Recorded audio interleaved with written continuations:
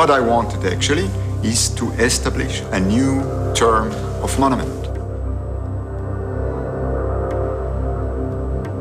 Cualquier fotógrafo es un investigador. I think that any photographer is an investigator. We're all reaching. I mean, I'm not talking just about artists, but I mean, we all are reaching.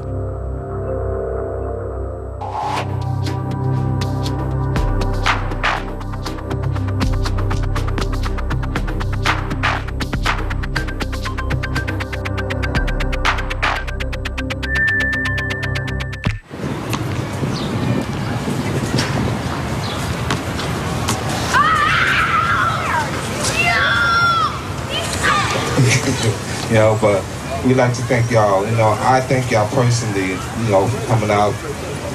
Y'all helped put Falls Housing back on the map. Please, thank you, DJ Baby D. Say it again. DJ Baby D. And this day is an exceptional day because it's the day of the opening. So what counts now and what is the challenge and what is the most important thing to me as an artist is every day. To be every day here to be present and to produce something. Why the presence and the production is so important? Because I believe only with the presence and the production we can create the condition that the residents are implicated. So every day we will be here and we will be present and produce the Gramsci monument. Because this what you see is not the Gramsci monument, it's only the structure of the Gramsci monument. Because what I want to do is a new kind of monument.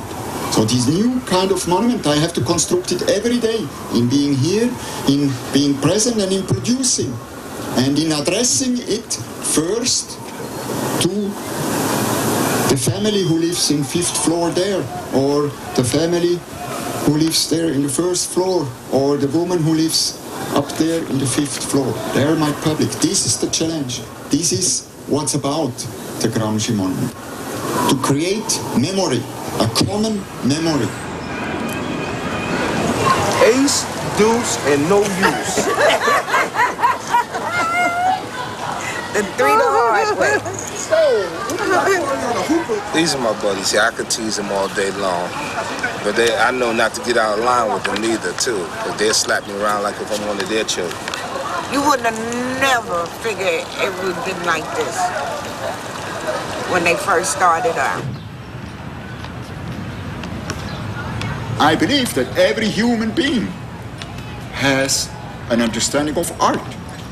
What is separating us is smaller than what is unifying us. But in order to unify, you have really to take something who goes behind, and this is art to me. What I wanted actually is to establish a new term of monument. Why it's new? Its location. It is not in a park, it's not in a city center, it's where people are living. Why where people are living? Because I want to address it to what I call a non-exclusive audience. It is new because its duration has no ambition of eternity. It wants to create memory.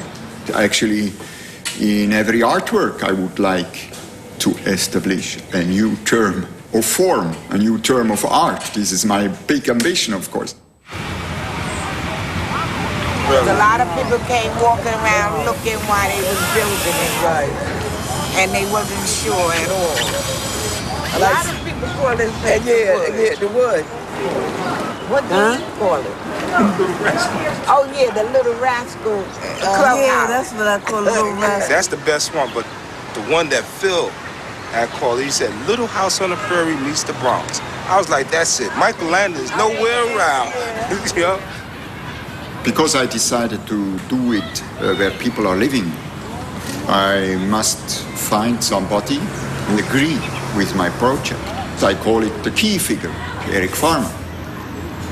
Eric is the president of forest houses, the key to the neighborhood. The first response was, what is this? Like, what is this about? You know, I don't know anything about art. I don't know who Antonio Gramsci is. I didn't know who Thomas Hirshhorn was. I understand a monument was something that it's pretty much doesn't move. It just, you know, it stays there. So I'm like, how can it be a monument, but you're saying you're going to take it down? So he was explaining to me this is like a new concept. He actually brought me some books, some past work he did. You know, I read up on them and all that. It's a monument, but it's a temporary monument. Once he told me that, I got an understanding of what he wanted to do. And I knew he was into tape before this. He's like a tape freak or something. He loves tape. I've never seen nobody like that before. And he tells me, you know, you can use tape for anything. How can you use tape for anything? He really does it, really.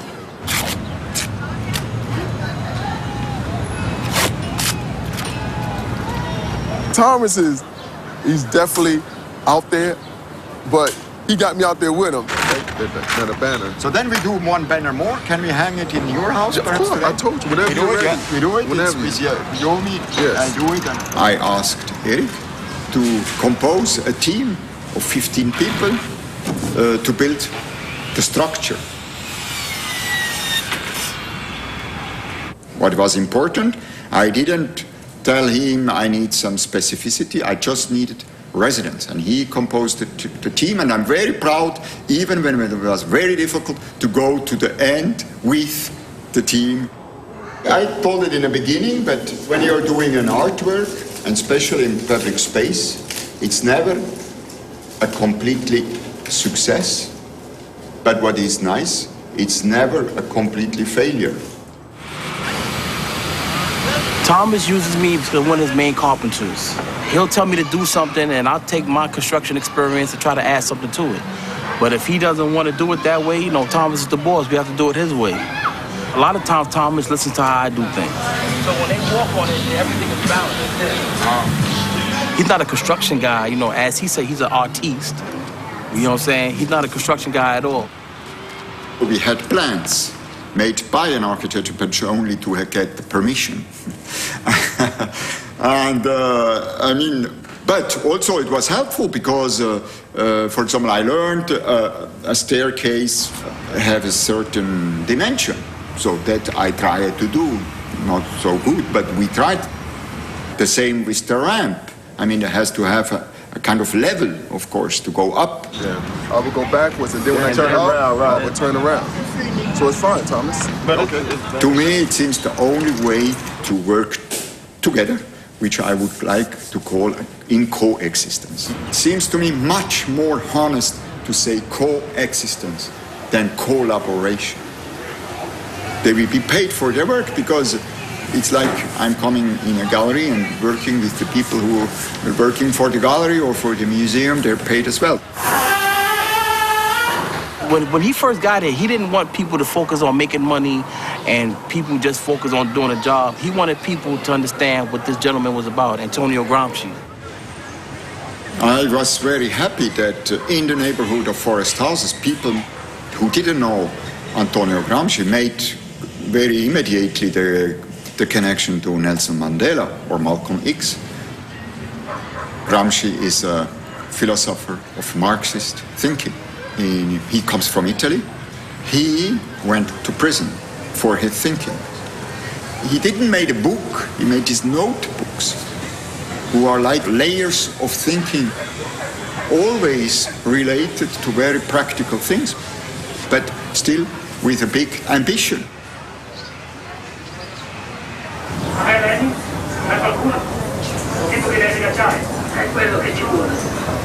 This is not a cultural project, but an art project. It's very important to understand it as a sculpture, as something who wants to engage with the surrounding buildings. Why these materials? Because they're materials that everybody uses and knows. It's not because it's in forest houses, in a socially not favored neighborhood, that it is with cardboard or with tape and with wood. No, it's belongs to my aesthetic vocabulary. Yeah, Shotgun, Too Hot to Trot. You know, we're here live, 91.9 FM. Don't forget to stop by the Gramsci Bar and Grill where they got all the beautiful food and everything. And it's so beautiful. Driving to the street. That's it. That's a mall. That's the baby. No, that's no island. You know how to spell island? On 5 o'clock Sunday, we got Mr. Marcus Steinweg with the Daily Lecture. Mondays, we got our Gramsci Theater.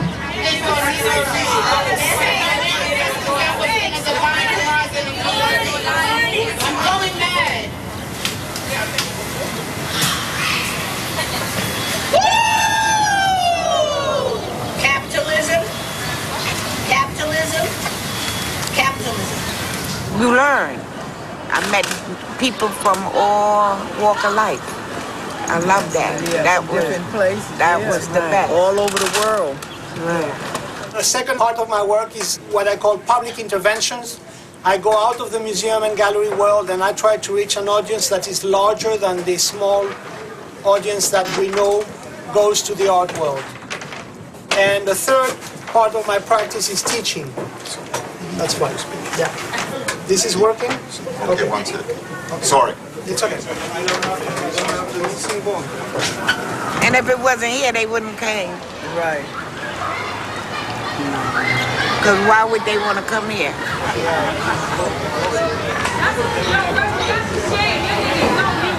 On Fridays, Mr. Thomas Hirschhorn himself at 11 o'clock in the morning to 3 o'clock in the afternoon with his art school. His art school is very good. I've been to the class and everything, and it's right here on the Gramsci Monument stage. Thomas Hirschhorn's art school class, 11 o'clock in the morning. And his art school class contains energy, yes, quality, no. Never about judging a person, never, but judging a work with it, yes. Because I believe only the judgment of something we did ourselves or some other else did can help us to go forward. If you can't take criticism, don't come to the class. Energy, yes. Quality, no. I'm not interested in the criteria of quality because I think the criteria of quality is exclusive. So that's why I tried to invent another criteria who replaced the criteria of quality, criteria of energy. It was kind of rough. And blue and brown, right? You got red and blue. Yeah, the last one. Because they're opposites. Orange and blue are opposites. Because orange... Thomas came to my school. I graduated from Princeton University. And he did a lecture, and I had a studio visit with him. His expression, energy, yes, quality, no, is something that really resonated with me. So I emailed him afterwards asking if I could be involved in his next project, and he said yes. In the beginning, it was more like a class. Like for the first 5 or 6 weeks, there was very like specific activities that we were doing about different artists, different ideas in art, different technical art concepts.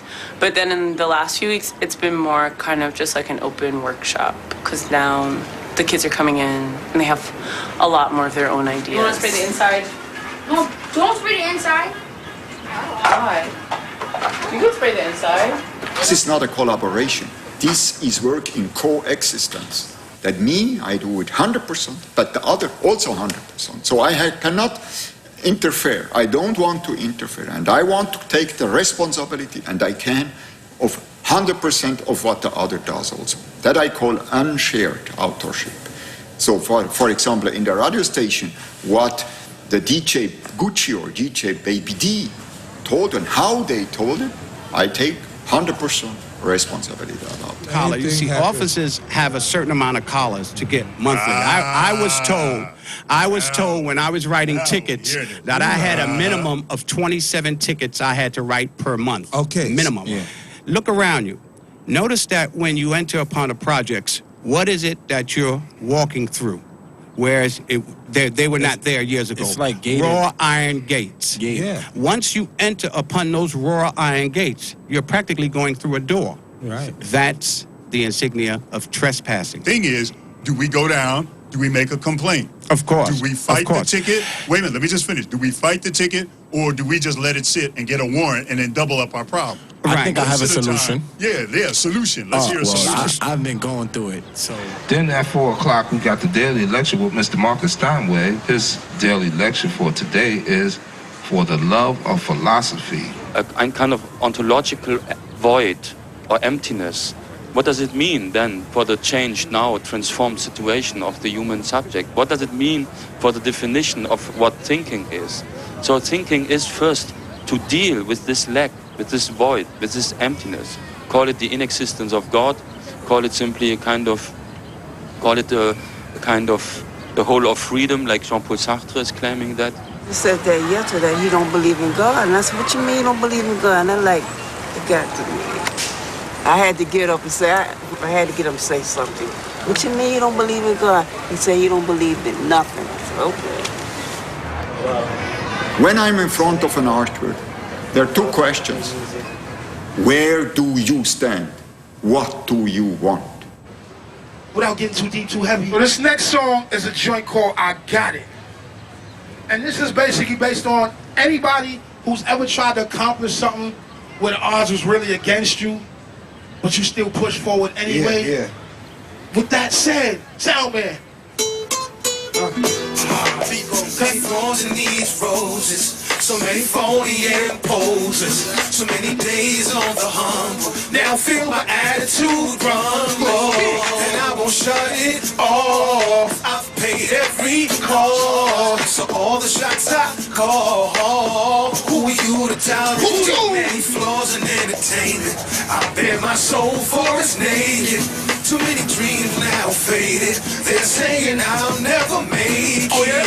And I should roll my cards. Damn, I've come too far. I shine above them all. And everything I love, man, I got it. Thanks for the Love Forest Projects. We out of here. I told you I was gonna be crazy. You didn't believe me. I told you. Speaking and talking to other people, listening to other people lectures, seeing where they came from and from where you came from, we're gonna miss it. Yeah, see, we ain't feel it yet. We ain't feel it yet, but it's gonna bring some tears. It's gonna bring some tears here. Because that means the people go. Right, and it's just gonna be something lost here. It's just gonna be like some died. Now I understand what a monument means. It's something that stays in your heart and in your memory because they only have it once.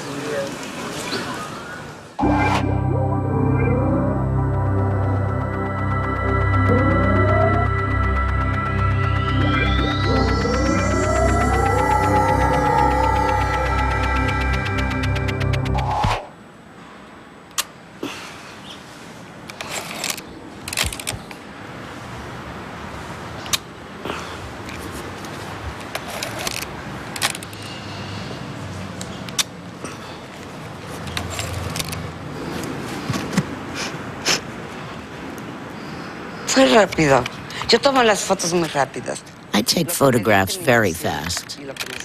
I follow my intuition and what surprises me. I never use artificial lights or flash. I always use my camera, just like this. La casa de Frida Kahlo. Frida Kahlo's house has been photographed many times. It is beautiful to photograph, but I am always trying to encounter something that has not been seen. Que no había visto. There's going to be an exhibit in Denmark of Frida's entire life. I'm going to show some photos that I took in color.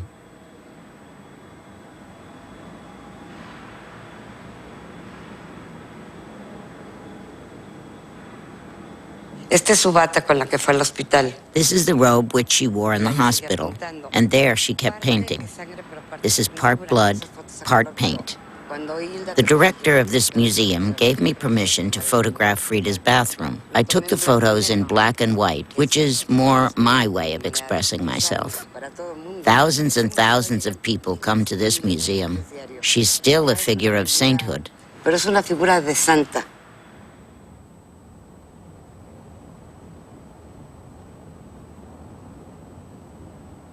Yo no soy fridómana. I am not a Frida maniac. Admiro porque Despite her suffering, she painted, and this is what I admire. reflexionando me doy cuenta de que mi fotografía con el dolor sí es muy católica. My photography about pain is very Catholic, very related to my Catholic education. Este es el baño de Frida. This is Frida's bathroom. En el retrato. This is a self-portrait I took of myself in the tub after my foot operation. Y entonces parado de los pies. She has a picture called What the Water Gives Me that has her feet like this, but with water. Yo tengo varios autorretratos que me he hecho. I have done various self-portraits.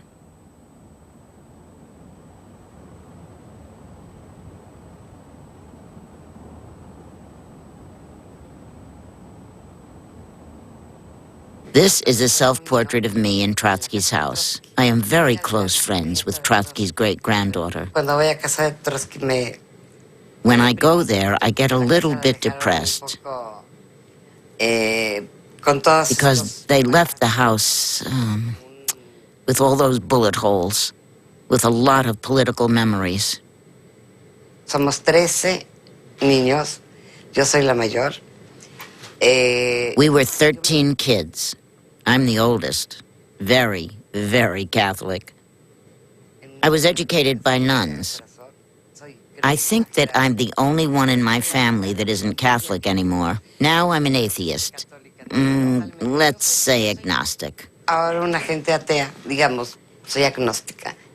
My father used to take pictures of us in black and white when we were kids. I used to steal the photographs, and sometimes I got punished because I was always opening that drawer and taking the photographs, and I made my own albums. So from there on, I liked black and white photography. I wanted to be a writer when I was a child, but I got married very young. I got married when I was 19. I was 26 years old when I started to study cinema, with kids already. My entry into film school was fantastic because Manuel Alvarez Bravo was teaching there. And nobody went to his classes because everybody wanted to become a film director. But at the third session, he asked me, "Do you want to be my assistant?" "I would love to. It's my pleasure." And that is how I got to know this wonderful man. I always felt Manuel Alvarez Bravo's poetry. Sometimes he only placed his camera at a landscape he liked and he waited for something to happen. And he always said, "There is time. There is time." It was a real privilege to have found him, because he not only taught me about photography, he taught me about life. Alvarez Bravo focused on tree trunks to create abstractions. When I remember that he shot it, I say, no, the influence is too great, I better not. But since I saw that there was a beautiful light,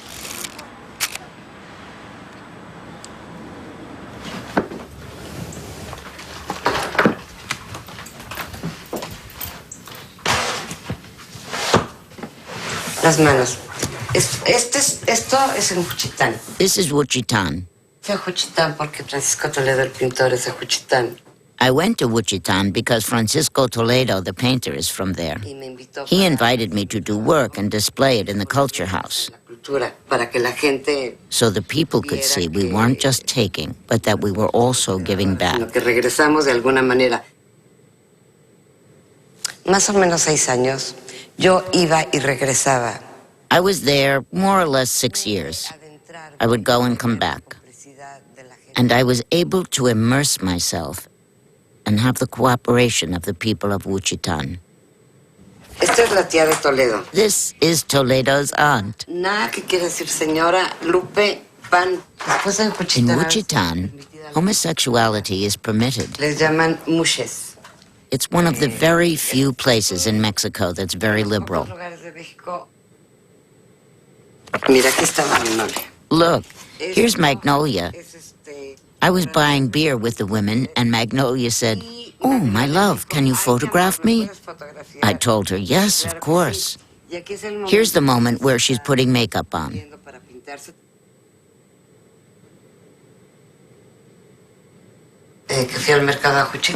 I went to the Wichitan market. I went there because I knew that the women would be more accepting of me, so I sold tomatoes with them. I saw everything they did. Then this woman came. Her name is Solveda.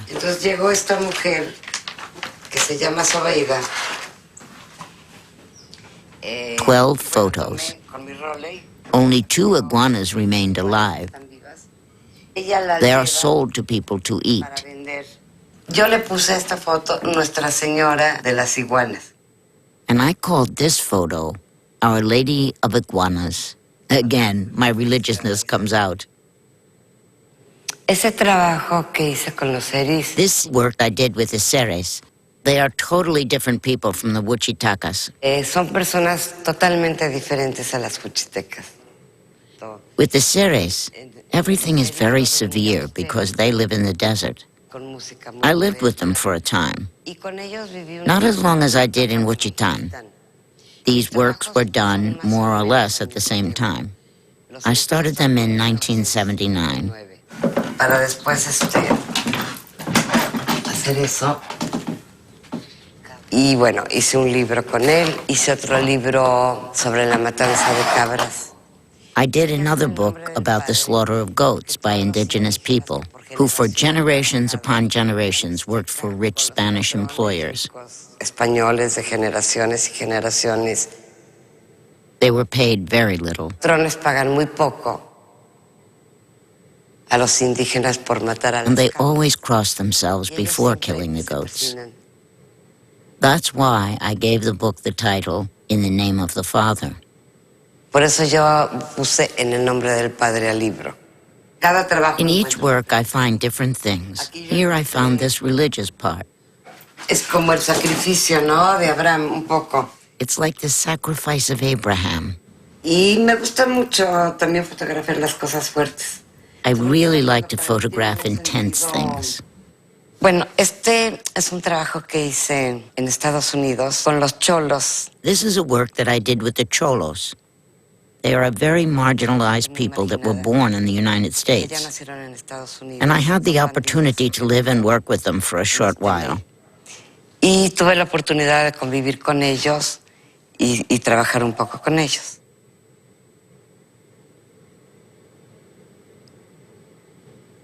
I began working with the cholos in Los Angeles in the 80s. Cholos en 80. Entonces ahí fui a Tijuana para recuperar. And from there I went to Tijuana, all cholo influence.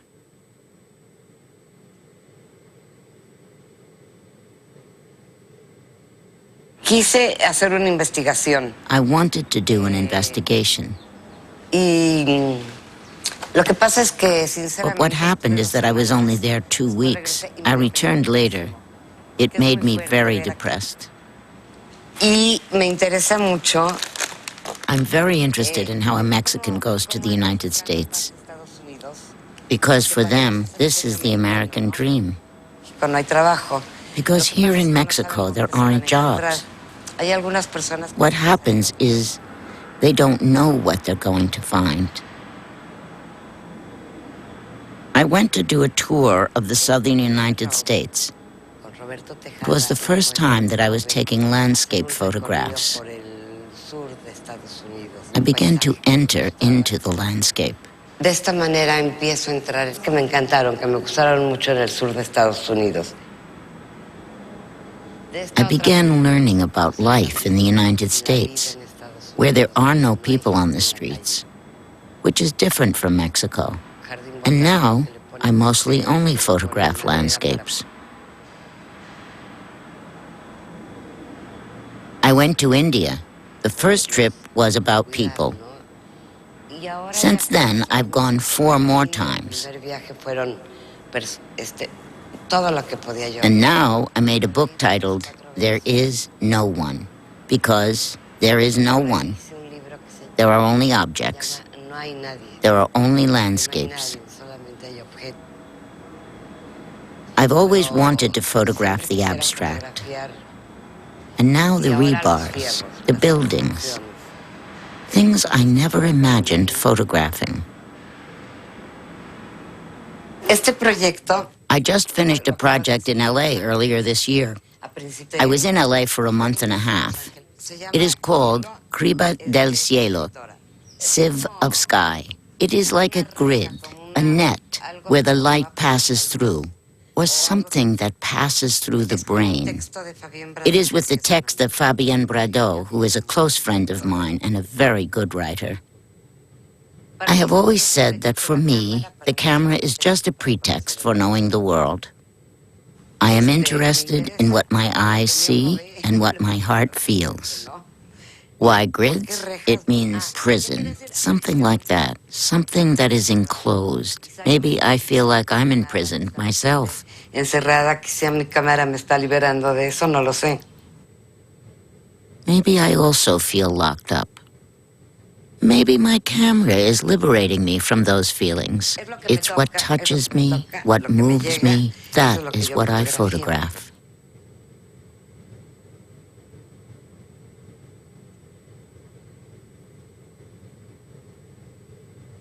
Hola, Cami. ¿Cómo estás? ¿Qué dices? I photograph my grandchildren all the time. Everybody has a photo album.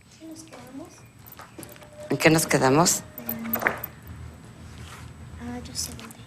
The interesting thing about her work is that it always reinvents itself.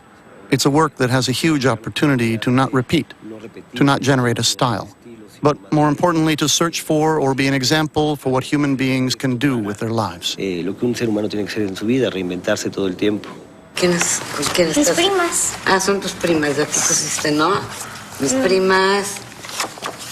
I am a composer and an interdisciplinary artist thanks to my mother, of course, also to my father, but mainly the rebel part I got it from my mother. Siempre escriben su... Dile, pues qué raro, pues estás pelón. ¿Y esto qué? ¿Y esto qué? Ah, estos, ¿ves? Also, my neurosis, I got it from my mother, too. Pero tú no, ellos saben. Audición. I studied architecture thinking that afterwards I would be dedicated to making movies, a master's degree in film, or that I would start taking photos. And when I finished my degree, sure that I would change paths or go to another place, it was my mother who asked me to design her house. That's the house that we're in. The important thing is not the architecture, it's the investigation one has. And that I learned as much from my mother as my father, via my mother from Álvarez Bravo. Architecture is a tool. The important thing is investigation. Lo hice como ajedrez, y aquí le hice como unos detallitos, y aquí mi guacamaya, aquí unos detallitos, los mismos detallitos que están aquí, mi guacamaya, aquí un detallote, y aquí mi firma.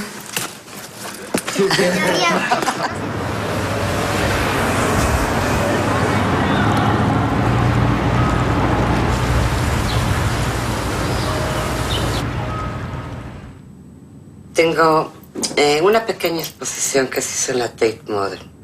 I have a small exhibition that is up at the Tate Modern. Para mí es muy importante, nunca me imaginé estar I en la never Tate. imagined being in the Tate Modern. It is strange because photography has always been the red-headed stepchild of the artistic disciplines. Y de repente estar cerca de pintores tan importantes. And all of a sudden to be so close to such important painters. It's strange. Pero muy feliz, muy feliz. But I'm very happy.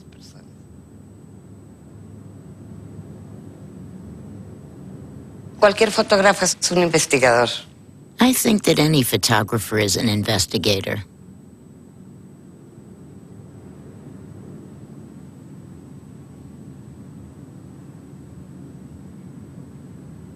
Para conocer el mundo, para conocer la vida. Photography is a pretext to know the world, to know life, to know yourself.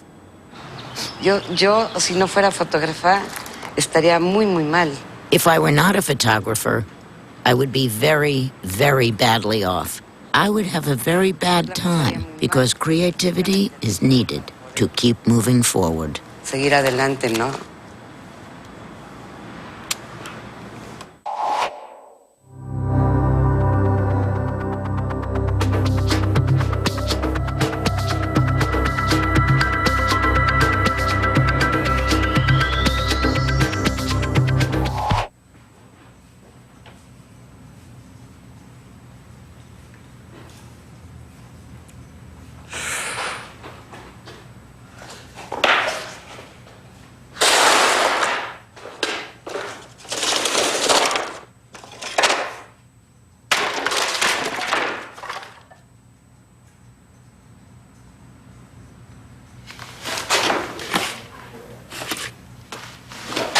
When I get up in the morning, I know exactly what I'm going to be doing. I'm going to be working. I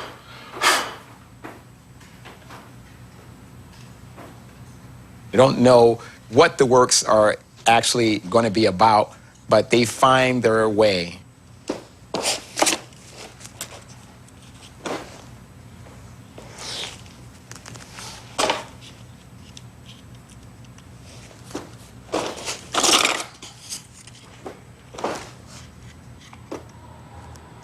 I was drawing and using colored inks and things like that. People in the neighborhood, the projects where I grew up in Bridgeport, Connecticut, they were telling me about this place called the ABCD Cultural Arts Center. They said that, well, you have to go there because they have paints and canvases. And I said, wow, this is all this stuff for free. So once I made my way over to them, I ended up with these mentors, a fantastic group of artists who were just there helping kids. And I was one of them.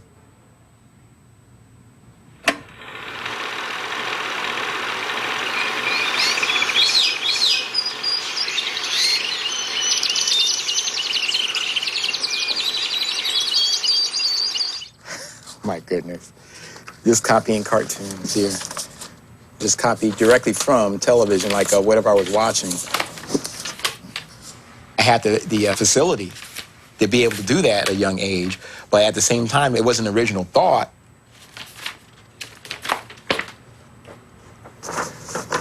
You'll find this is actually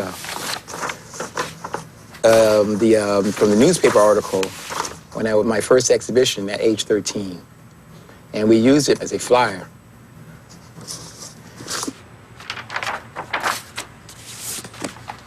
And of course, these are much later. I was approached by DC Comics and Heavy Metal Magazine and Marvel Comics to do work for them. When I saw this black and white reproduction of Jackson Pollock's work when I was in the library in high school, that was it. And that was my first take on what fine art was. Imagine Jackson Pollock when he's black and white, but it still, elicited such a visceral response that when seeing it, I was kind of like, wow, this is amazing. And from that point on, I began to question, what I was doing up against what I had seen and what I had felt, more actually what I had felt. Probably would have been like 15. I was still exhibiting a certain type of work, but it had touches of what I had realized. When it came time for me to go to college, it was pretty easy to sort of make a decision, like, okay, you can just do college or you use your talents to sort of like to go out and, have a life or make money. And it's like, it was pretty easy. It was like, well, it's like you go to the place where it's going to get you closer to, Jackson Pollock, I studied at Cooper Union. I was probably the greediest person there because I digested everything. I mean, I was in the foundry, the wood shop, like making paper, photography, and then I asked for an extra year. I had to fight for it, but they gave it to me.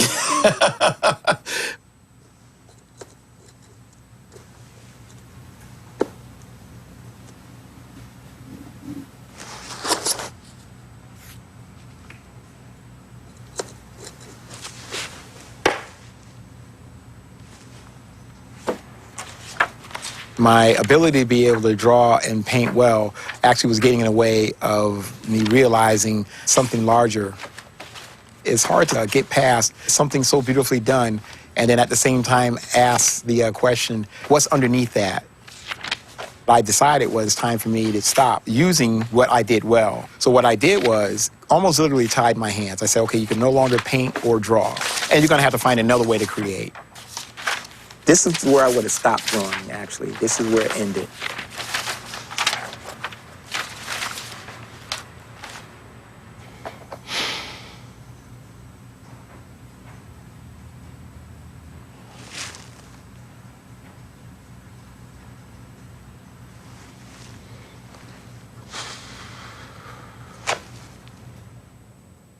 It was like 7 years before I made a breakthrough. So like from 1982 to 1989, to the 7 years of just experimenting, you know, this piece came out, which was number 8. Animal parts, rope, string, everything that you can possibly imagine, it's all entangled in this one monster of a piece. It was made up of all the failures, or at least what I perceived as failures. If you're a number 8, then that means there's like 1 to 7 that are no longer there. So it's like they were all a part of number 8. One of the reasons why I actually number the works is to give the viewer enough room to find themselves in the work. The work should become a mirror. There are 3 areas on this piece of importance that I should pay attention to. So I can't place something here without knowing what's going on over there. So this tells this area what has to happen. And that tells this what has to happen, and that they speak to one another. So I know that there's a gradation going on, for instance. That has a sweep, you see, boom. And then it's a, you know, this, by the time it reaches the bottom, this is the top, it's gonna be epic. That way of creating is actually only a microcosm of how I make things, because when I'm working on this, I'm paying attention to that. And that's telling me what has to happen over here too.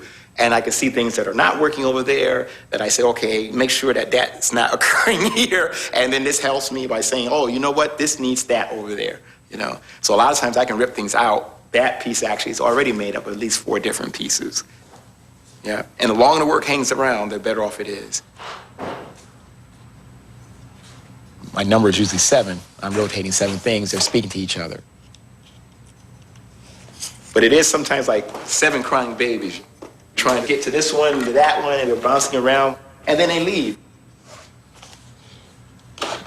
I end up visiting these things in museums or people's homes, and on the whole, those people, those folks, or even security guards at museums end up knowing more about the works than I could have because they're living with them.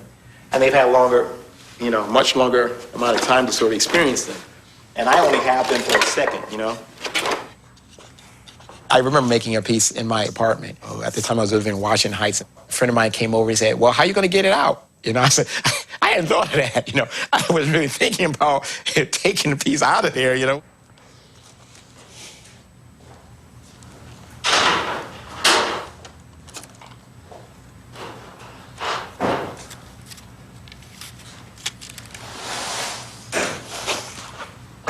I got smart enough to at least break these things up into like increments of 24 by 24 plates, so that when I do hang it, you know, at least if there was no help around, I could do it by myself.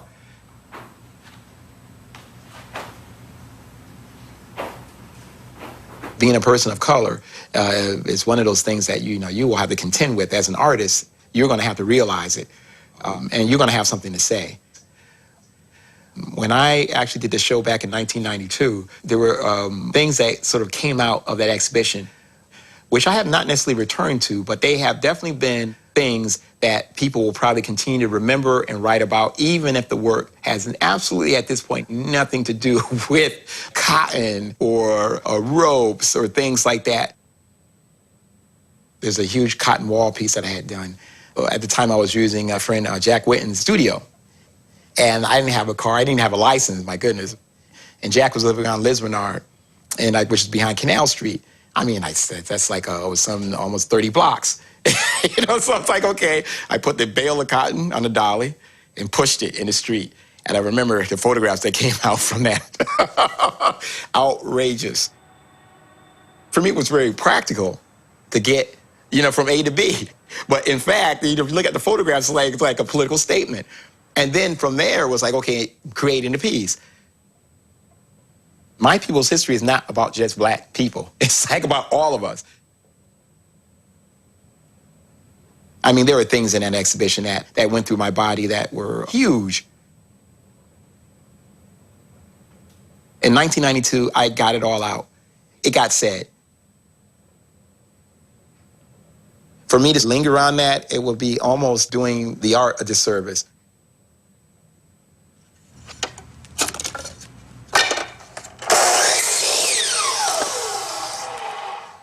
I was there 11 years in the studio in San Antonio. I was always going back and forth from New York to San Antonio. One of the issues that has consistently come up when people write about the art is that they talk about found objects. Actually, I don't work with found objects. Most of my materials I actually created in the studio. So I actually go out and I buy material, brand new stuff. I actually have become the weather. My reasons for having a studio in San Antonio had everything to do with the intensity of the heat and how I could actually weather some of the materials that I was working with. What I ended up doing was like hoisting onto the roof of the studio these 8-foot cattle troughs, probably like 6 of them. And I would cook the materials, you know, sometimes for months and years, depending on what it is I was after. There's the artwork that you physically make, but there's also the journey that happens on the inside. That body of work was emotionally heavy, and I just thought, what would happen if you took that away? You know, here we are again with this question. You're comfortable, how do I get to the next place? So you get rid of all the things that you find that are comfortable. So I say, okay, get rid of the rust. And it was at that point that the Fabric Workshop had asked me to come up with an idea for a piece. As I was asking that question, I said, what if I took just white paper, just like Xerox paper, you know, like really 16-pound paper, and it's like, okay, transform that, you know, into something. What if I took objects and I wrapped the paper around them and then released them from the objects? Boom, you take a razor blade, you cut it away, boom, take the object out, boom, put it back together, and there was nothing underneath the white paper, just the paper, so it's just a shell in the end, you know, so you're getting like, really, a ghost image. What happened was revealing. No matter what materials I end up using, once you find your voice, that's it.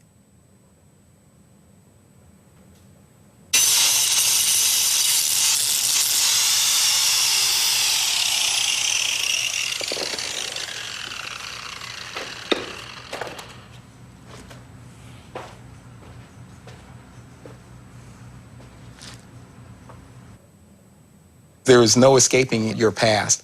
With certainty, absolute certainty, I can look back on some of the configurations that I've created, and I can see those projects. I can see the landfills. We're right next to the dump. I mean, literally, we can see the dump from our window, and we can see the, you know, the tractors going back and forth over the landfills. That was what I knew. I spent time at the dump. I can see the grid, for instance. Interesting enough, people go on like, oh, his connections to minimalism. I say, actually, it's more like those gridded projects, you know what I mean?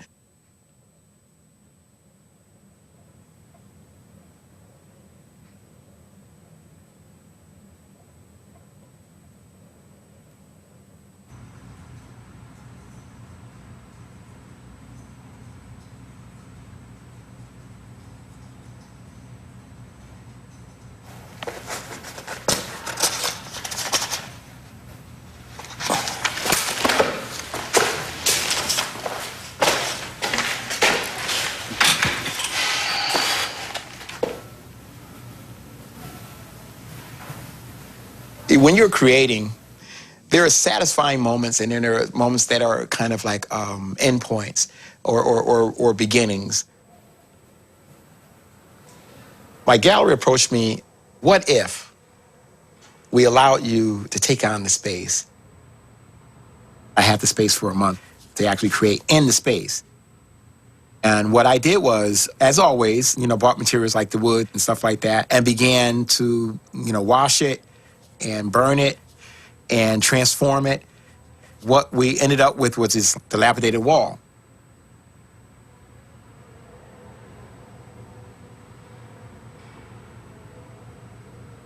This thing was 109 feet long and monstrous. Just because something is big, bombastic, and sensational does not necessarily mean that it's successful.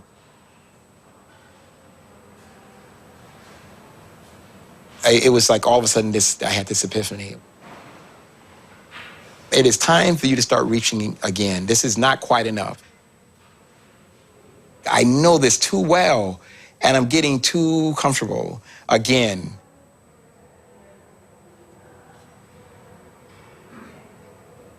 Now, for the viewer, they can't know that. They can only know what you present to them.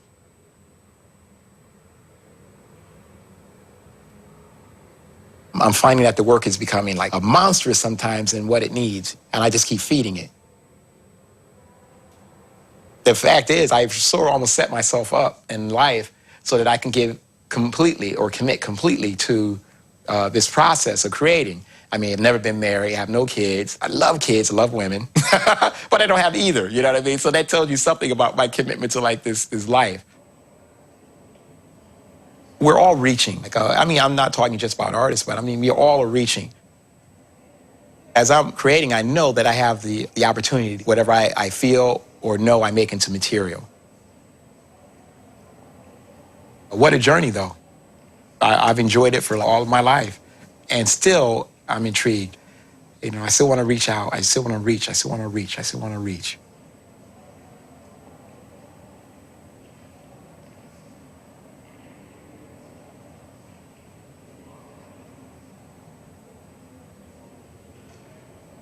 There's no other way of doing it except for this physical manifestation of what I have been through.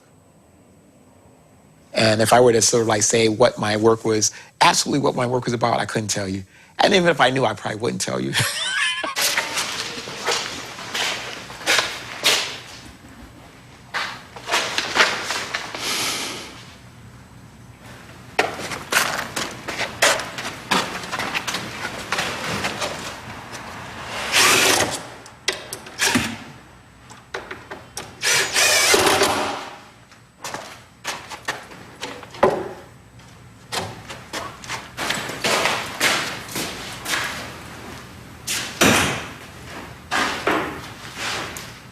As I'm moving closer and closer to answering questions, at the same time, I'm moving further away from the answers. So all I have to do at this point is continue to sort of place my body in the act of attempting to know.